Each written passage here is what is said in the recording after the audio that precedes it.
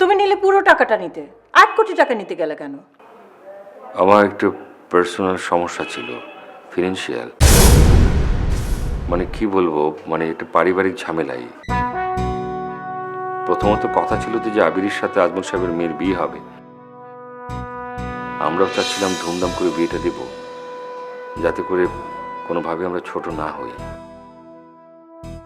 একটা সময় উনি বললেন যে 1 কোটি টাকা উনি আমাকে ধার হিসাবে দিচ্ছেন, কিন্তু পরে দিয়ে জানালেন যে আমাদের ইনভেস্টমেন্টের 9 কোটি টাকা থেকে 1 কোটি টাকা উনি কেটে নিয়েছেন।